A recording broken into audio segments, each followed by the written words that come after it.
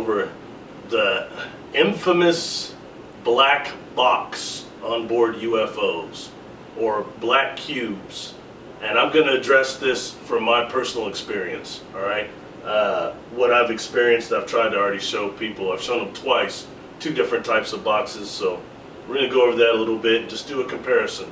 Once again, this is just maybe different ways this technology can be used. Yeah.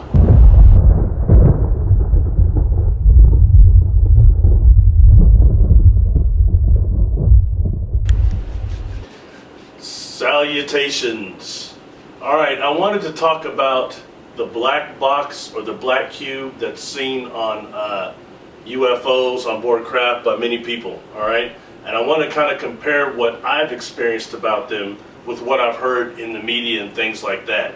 First of all, let's isolate some things that we've heard about black boxes before. We know that the structure of them makes it capable for them to contain consciousness, alright, that they've been also shown all around the world here, and that a lot of abductees have seen them.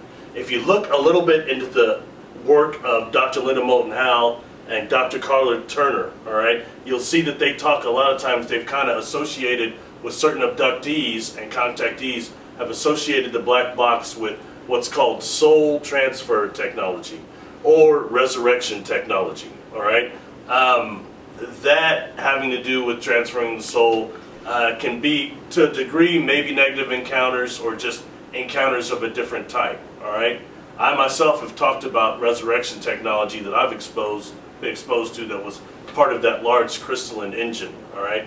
But this is slightly different, alright? I've shown you two different black boxes in two different engines, alright? When I experience these and the information I'm getting during the transfer, the information transfer of these beings is not anything about them being soul transfer traps or anything like that. They were calling them basically, in our science, inertial dampeners, alright? Inertial dampeners, which is used to actually gather orgone energy, prana energy, and then to release it around the shell, the skin of the craft, alright? So this is dealing more with anti-gravity technology through orgone technology, through orgone, alright? A lot of times we've seen USOs and things, we talked about that in the other video over orgone here on this channel, but they've seen USOs going over water. We're seeing them doing that over even swimming pools. What they're doing is collecting that orgone energy. I've just shown you an illustration of that also, alright? So that's just kind of part of one of the processes these ships are using to control the anti-gravity. I think that needs to be acknowledged as much as it does that there's some type of soul trap device, which is very possible too, but I think we're dealing with a technology that has one more particular function. They have several functions perhaps, different types. We're also dealing with different beings. So keep that in mind. Let's go over the sketches real quick. I've shown you before. These are two different engine rooms that had a black box in them that was doing something. Alright, so let's go over that. Alright, this is one engine that I've shown you twice now, so I'm not going to spend a lot of time on it, alright? But the most important thing is you've got this gyrosphere with the honeycomb structure in there generating light, but at the top you have the black box, and this thing was very large, alright? And so this is once again an inertial dampener you're seeing at work again. Something I do want to say about this ship itself, or this engine itself, alright? One thing is, right now, looking at this structure that's generating energy, this takes us into what's called the honeycomb conjecture, which is why do bees actually make that formation, that hexagonal structure for their honey and stuff like that. And also, when you think this is Barry Littleton just talking bullshit, bullcrap, which it is not, alright, there's something called the Hexel Company, H-E-X-E-L, Hexel, alright, it's a public trading company actually. Look at something they're making materials for the inside and outside of planes and shuttles. One of them they have, it's what's called the honeycomb resistant fiber, alright, it looks very much like that. And in that way, this is stuff that we're starting to breach now scientifically, something I've seen decades ago, alright. Anyway, the main part of this was the black box I wanted to talk about, once again, the inertial dampener that was part of this engine structure, this engine system. Thank you.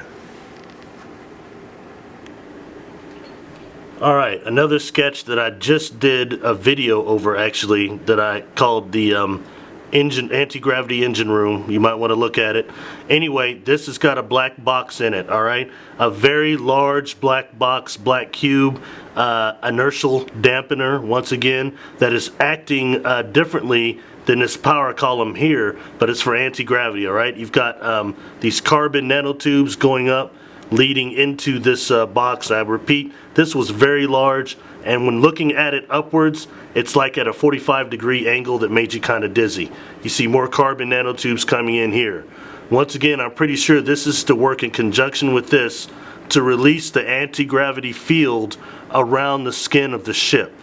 So that's what we're dealing with when these ships go to a frequency jump or something of that nature. So that's another engine room concerning an inertial dampener. Thank you. Alright, conclusion about the black cubes, the black boxes. Alright, we've acknowledged both sides of them, one that they could possibly be used for soul transfer technology, how the cube can be used to entrap consciousness and energy as a geometric form. Alright, now we've seen also what I've experienced them as inertial dampeners to release the anti-gravity field around the ship, and often used to collect orgone energy, prana energy from water, okay, from bodies of water. All right, so that's what I've seen, and I want to really emphasize with this the nature of positive contact. You know, a lot of people aren't paying attention to what's called the Free Foundation right now, and Ray Hernandez, who I associate with quite a bit. All right, they have actually done so many a survey over contactees and experiencers, all right, and they're finding that 85% of contactees and experiencers are having positive experiences and even don't want them to stop. Like, my experiences have all been positive, of a type of a healing nature. So when looking at this black box, think of the different functions that it may have. The ones that I've had, I'm pretty sure they weren't containing human consciousness. All right, I think it was more of an orgone, prana, pure energy type of a situation.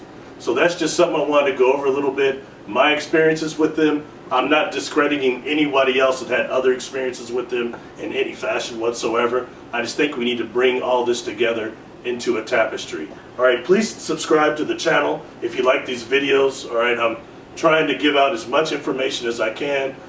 You know, it's free, so there's no harm there. So please subscribe. I want to thank everybody that watches them. I want to thank Christine Dennett for, once again, that did all this artwork for me. All right. Thanks, BC, for filming this. And I think that's everybody. More power. This is done in the name of consciousness. If I can describe this stuff to people that I've seen, believe me, they're young people right now that have degrees in this or will that can make this a reality. This is when humanity starts going forward. This information is not to be sequestered anymore. You got a lot more people than just me that are having probably experiences even more vivid than the ones I had. So it's time for all this to start coming forward to save humanity. Good Lord. Peace!